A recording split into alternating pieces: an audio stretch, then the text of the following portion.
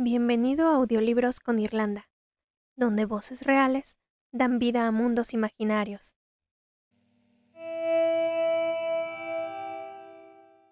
Desde mi cielo, Alice Sebold. Para Glenn, siempre. Dentro de la bola de nieve del escritorio de mi padre, había un pingüino con una bufanda a rayas rojas y blancas. Cuando yo era pequeña, mi padre me sentaba en sus rodillas y cogía la bola de nieve. La ponía al revés, dejaba que la nieve se amontonara en la parte superior y le daba rápidamente la vuelta. Los dos contemplábamos cómo caía la nieve poco a poco alrededor del pingüino. El pingüino estaba solo allí dentro, pensaba yo, y eso me preocupaba. Cuando se lo comenté a mi padre, dijo: «No te preocupes, Susie, tiene una vida agradable. Está atrapado en un mundo perfecto». Capítulo 1. Me llamo Salmon, como el pez. De nombre, Susie. Tenía 14 años cuando me asesinaron, el 6 de diciembre de 1973. Si veis las fotos de niñas desaparecidas de los periódicos de los años 60, la mayoría eran como yo, niñas blancas, de pelo castaño desvaído. Eso era antes de que en los envases de cartón de la leche o en el correo diario empezaban a aparecer niños de todas las razas y sexos. Era cuando la gente aún creía que no pasaban esas cosas. En el anuario de mi colegio yo había escrito un verso de un poeta español, por quien mi hermana había logrado interesarme, Juan Ramón Jiménez. Decía así: «Si te dan papel rayado, escribe de través». Lo escogí porque expresaba mi desdén por mi entorno estructurado en el aula, y porque al no tratarse de la tonta letra de un grupo de rock, me señalaba como una joven de letras. Yo era miembro del club de ajedrez y del club de químicas, y en la clase de ciencias del hogar de la señorita de Almicón se me quemaba todo lo que intentaba cocinar.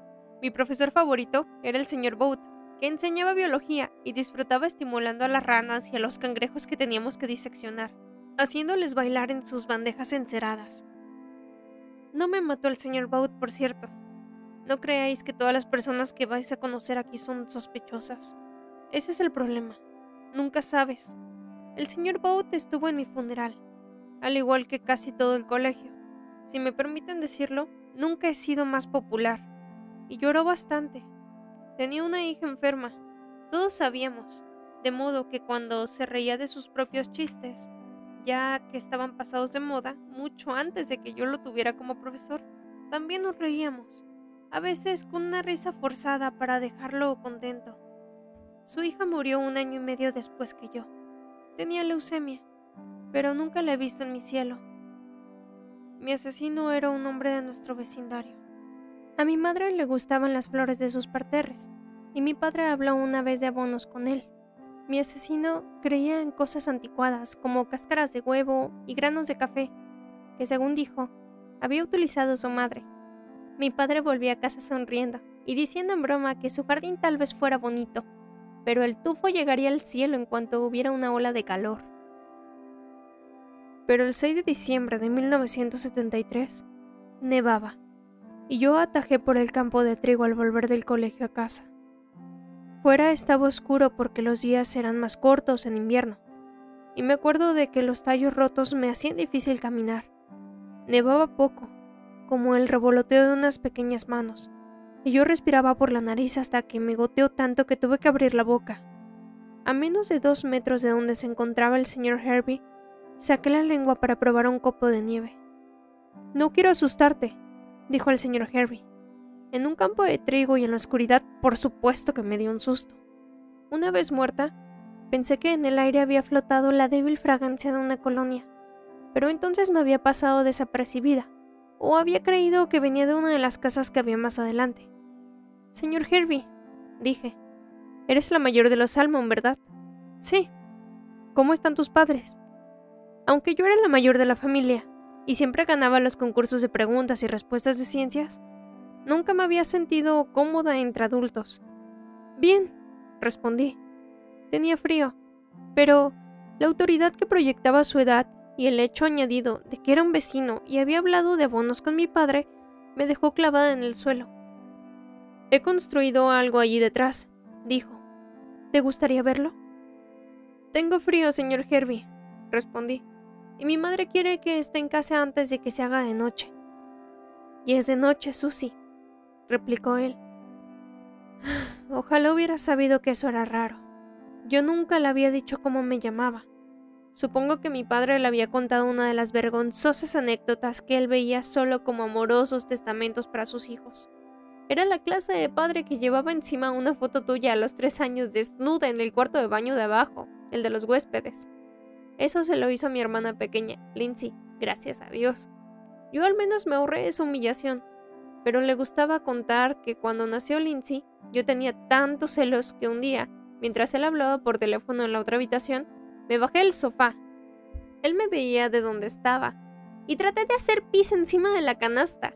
Esa historia me avergonzaba cada vez que él la contaba al pastor de nuestra iglesia, a nuestra vecina, la señora Stead, que era terapeuta, y cuyo parecer le interesaba, y a todo aquel que alguna vez exclamaba: «Susie tiene muchas agallas». «Agallas», decía mi padre, «deja que te hable de agallas», e inmediatamente se lanzaba a contar la anécdota de Susie orinándose sobre Lindsay. Cuando más tarde el señor Hervey se encontró a mi madre por la calle, dijo: «Ya me he enterado de la terrible tragedia. ¿Cómo dice que se llamaba su hija?» «Susie», respondió mi madre, fortaleciendo su ánimo bajo el peso de lo ocurrido, peso que ingenuamente esperaba que algún día se aligerara, sin saber que solo seguiría doliendo de nuevas y variadas formas el resto de su vida. El señor Hervey dijo lo habitual: «Espero que cojan a ese malnacido. Lo siento mucho». Por aquel entonces yo estaba en el cielo, reuniendo mis miembros, y no podía creerme su audacia. «Ese hombre no tiene vergüenza», le dije a Franny, la consejera que me asignaron al entrar. «Exacto», respondió ella, y dijo lo que quería decir sin más. En el cielo no se pierde el tiempo con tonterías. El señor Hervey dijo que solo sería un momento, de modo que lo seguí un poco más por el campo de trigo, donde había menos tallos rotos porque nadie atajaba por allí para ir o venir del colegio. Mi madre había explicado a mi hermano pequeño Buckley que el trigo de ese campo no era comestible cuando él preguntó por qué nadie del vecindario lo comía. «Es para los caballos, no para las personas», dijo ella. «¿Tampoco para los perros?», preguntó Buckley. «No», respondió mi madre. «¿Ni para los dinosaurios?», preguntó Buckley. Y así seguían un buen rato.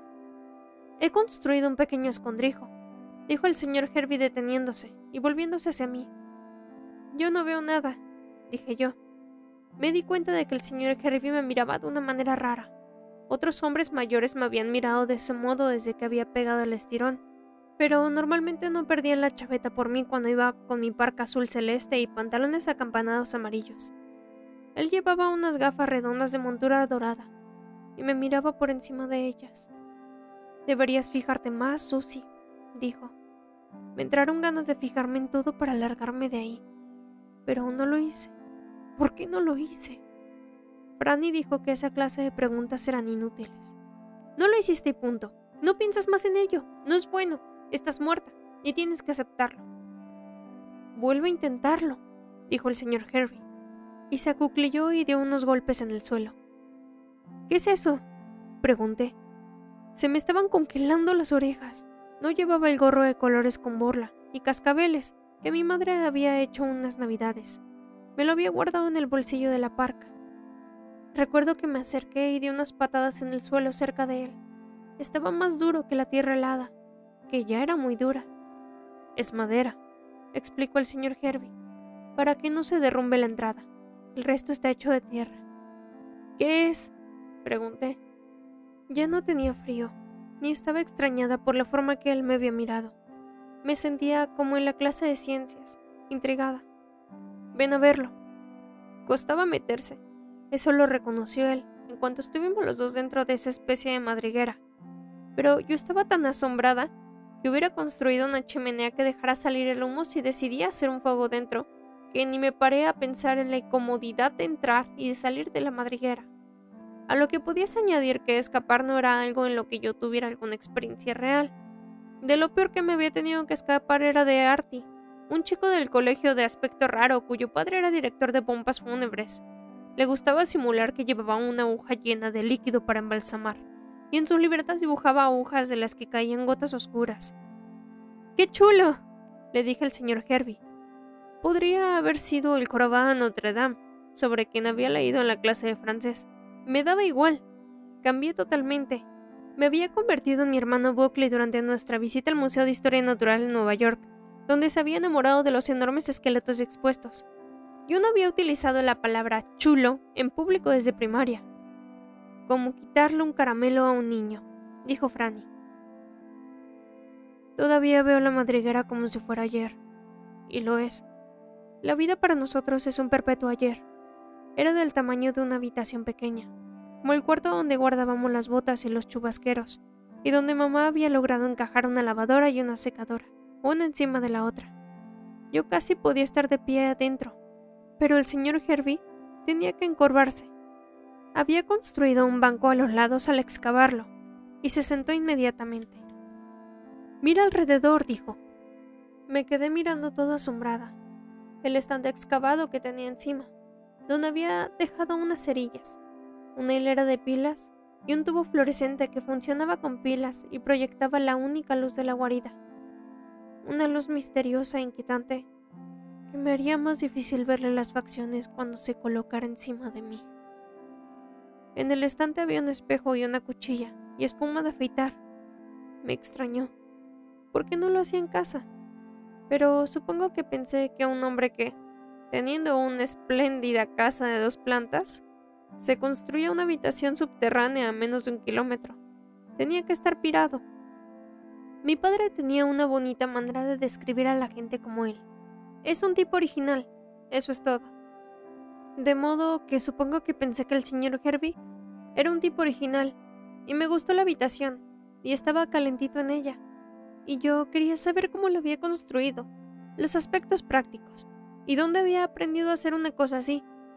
Pero antes de que el perro de los Gilbert encontrara mi codo, 3 días después, y se lo llevara a casa con una reveladora cáscara de trigo, el señor Hervey lo había tapado. En esos momentos, yo estaba en tránsito, y no lo vi sudar la gota gorda para quitar al refuerzo de madera y meter en una bolsa todas las pruebas, junto con los fragmentos de mi cuerpo, menos el codo. Y para cuando salí con medios suficientes para bajar la vista y ver lo que ocurría en la tierra, lo que más me preocupaba era mi familia. Mi madre estaba sentada en una silla junto a la puerta de la calle, boca abierta. Su cara pálida estaba más pálida que nunca, la mirada extraviada. Mi padre, en cambio, se vio movido a actuar. Quería saber todos los detalles y rastrear con la policía el campo de trigo.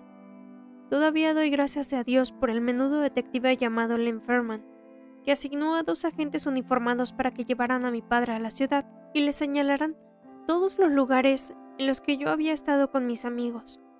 Los agentes tuvieron a mi padre todo el primer día ocupado en un centro comercial. Nadie se lo había dicho a Lindsay, que tenía 13 años y habría sido lo bastante mayor, ni a Buckley, que tenía 4. Y si os digo la verdad, nunca iba a entenderlo del todo. El señor Hervey me preguntó si apetecía un refresco. Así fue como la llamó. Le dije que tenía que irme a casa. Sé educada y tómate una Coca-Cola, insistió él. Estoy seguro de que los otros niños lo harían. ¿Qué otros niños? He construido esto para los niños del vecindario. Pensé que podría ser una especie de club. No creo que ni entonces me lo creyera. Pensé que mentía, pero me pareció una mentira patética. Imaginé que se sentía solo. Habíamos leído sobre los hombres como él en la clase de sociología. Había hombres que nunca se casaban, que todas las noches comían a base de congelados y que les asustaba tanto que los rechazaran que ni siquiera tenían animales domésticos. Me dio lástima. Está bien, dije. Tomaré una Coca-Cola. Al cabo de un rato, él preguntó: ¿No tienes calor, Susie? ¿Por qué no te quitas la parca? Así lo hice. Eres muy guapa, Susie, dijo él después. Gracias, respondí, aunque se me puso la piel de gallina, como decíamos mi amiga Clarissa y yo. ¿Tienes novio? No, señor Hervey, dije. Me bebí de golpe el resto de la Coca-Cola, que era mucho, y añadí: Tengo que irme, señor Hervey. Es un sitio muy chulo. pero tengo que irme. Él se levantó e hizo su número de jorobado junto a los 6 escalones excavados que llevaban de vuelta al mundo. No sé por qué crees que te vas a ir. Hablé para no darme por enterada. El señor Hervey no era un tipo original, y ahora que bloqueaba la puerta, me ponía la piel de gallina y me daba náuseas. De verdad tengo que irme a casa, señor Hervey. Quítate la ropa. ¿Qué? Quítate la ropa, repitió el señor Hervey. Quiero comprobar si sigues siendo virgen. Lo soy, señor Hervey, dije. Quiero asegurarme. Tus padres me lo agradecerán. ¿Mis padres? Ellos solo quieren buenas chicas, dijo. Señor Hervey, por favor, déjeme marchar. No te vas a ir de aquí, Susie. Ahora eres mía. En aquella época no se prestaba mucha atención a estar en forma. La palabra aeróbic apenas existía. Se suponía que las niñas tenían que ser delicadas, y en el colegio, solo las que sospechaban que eran marimachos trepaban por las cuerdas. Luché con todas mis fuerzas para que el señor Hervey no me hiciera daño. Pero todas mis fuerzas no bastaron ni de lejos. Y no tardé en estar tumbada en el suelo con él encima, jadeando y sudando después de haber perdido las gafas en el forcejeo. Yo estaba muy llena de vida entonces. Pensé que no había nada peor en el mundo que estar tumbada boca arriba en el suelo con un hombre sudoroso encima de mí, estar atrapada bajo tierra y que nadie supiera dónde estaba. Pensé en mi madre. Mi madre estaría consultando el reloj del horno. Era un horno nuevo y le encantaba que tuviera reloj.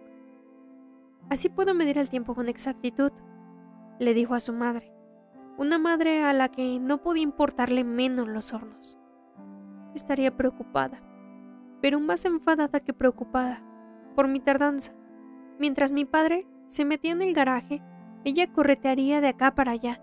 Le prepararía una copa, un jerez seco, y pondría una expresión exasperada. Ya sabes, el colegio. Tal vez hoy es el festival de primavera. Abigail, diría mi padre, ¿cómo va a ser el festival de primavera si está nevando? Tras ese desliz, mi madre tal vez llevaría a Buckley a la sala de estar y le diría, juega con tu padre, mientras ella entraba a hurtadillas en la cocina para tomarse una copita de jerez.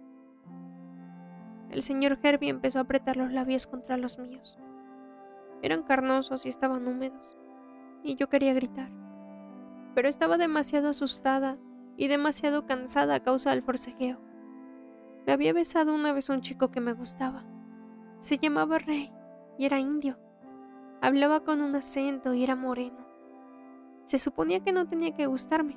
Clarissa decía que sus ojos grandes, cuyos párpados parecían siempre entornados, eran estrambóticos. Pero era simpático y listo, y me ayudaba a copiar en los exámenes de álgebra, fingiendo que no lo hacía. Me besó junto a mi taquilla, el día antes de que entregáramos las fotos para el anuario. Cuando este salió, al final del verano, vi que debajo de su foto había respondido el clásico "Mi corazón pertenece a", con Susie Salmon. Supongo que había hecho planes. Recuerdo que tenía los labios cortados. «No, señor Hervey», logré decir y repetí la palabra no muchas veces. También dije muchas veces por favor. Franny me dijo que casi todo el mundo suplicaba por favor antes de morir. «Te deseo, Susie», dijo él. «Por favor», repetí. «No, por favor». Era como un empecinarte en que una llave funcionaba cuando no lo hacía. O como gritar, «¡La tengo, la tengo, la tengo!» cuando una pelota de béisbol te pasaba por encima de las gradas. «No, por favor». Pero se cansó de oírme suplicar. Introdujo una mano en el bolsillo de mi parca y, estrujando el gorro que me había hecho mi madre, me lo metió en la boca. Después de eso, el único ruido que hice fue el débil tintineo de los cascabeles, mientras me recorría con sus labios mojados la cara y el cuello, y deslizaba las manos por debajo de mi camisa. Me puse a llorar. Empecé a abandonar mi cuerpo. Empecé a habitar el aire y el silencio. Lloré y forcejeé para no sentir. Él me rasgó los pantalones al no dar con la cremallera invisible que mi madre me había cosido hábilmente en el costado. «Grandes bragas blancas», dijo. Me sentí enorme e hinchada. Me sentí como un mar en el que él estaba de pie y meaba y cagaba. Sentí como los bordes de mi cuerpo se doblaban hacia adentro y hacia afuera, como en el juego de la cuna al que jugaba con Lindsay para ponerla contenta. Empezó a masturbarse sobre mí. ¡Susie! ¡Susie! Oí gritar a mi madre. ¡La comida está lista! Él estaba dentro de mí. Jadeaba. ¡Hay cordero con judías verdes! Yo era el mortero, en la mano del mortero. Tu hermano ha pintado otro dibujo con los dedos, y yo he hecho pastel de manzana. El señor Herbie me obligó a quedarme quieta debajo de él y escuchar los latidos de su corazón y del mío. El mío daba brincos como un conejo, mientras que el suyo hacía un sonido sordo, como de martillo contra tela. Nos quedamos ahí tumbados, con nuestros cuerpos tocándose. Y mientras me estremecía, tuve una poderosa revelación. Él me había hecho eso, y yo había vivido. Eso era todo. Seguía respirando. Oía su corazón, oía su aliento. La tierra oscura que nos rodeaba olía como lo que era, tierra húmeda, donde los gusanos y otros animales vivían sus vidas cotidianas. Podría haber gritado horas y horas. Yo sabía que iba a matarme, pero no me daba cuenta de que era un animal ya agonizante. ¿Por qué no te levantas?, me preguntó el señor Herbie, rodando hacia un lado y agachándose sobre mí. Habló con voz suave, alentadora, la voz de un amante a media mañana. Una sugerencia, no una orden. Yo no podía moverme, no podía levantarme. Al ver que no lo hacía, fue solo eso, que no siguiera su sugerencia. Se inclinó y buscó a tientas en el saliente que tenía encima de la cabeza, donde guardaba su cuchilla y la espuma de afeitar. Y cogió un cuchillo. Desenfundado me sonrió, curvándose en una mueca burlona. Él me quitó el gorro de la boca.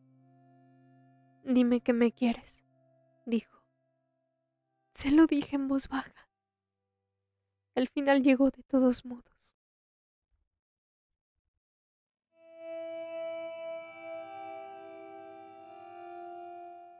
Si te ha gustado el video, puedes dejarnos un like y suscribirte para poder seguir trayéndote más audiolibros.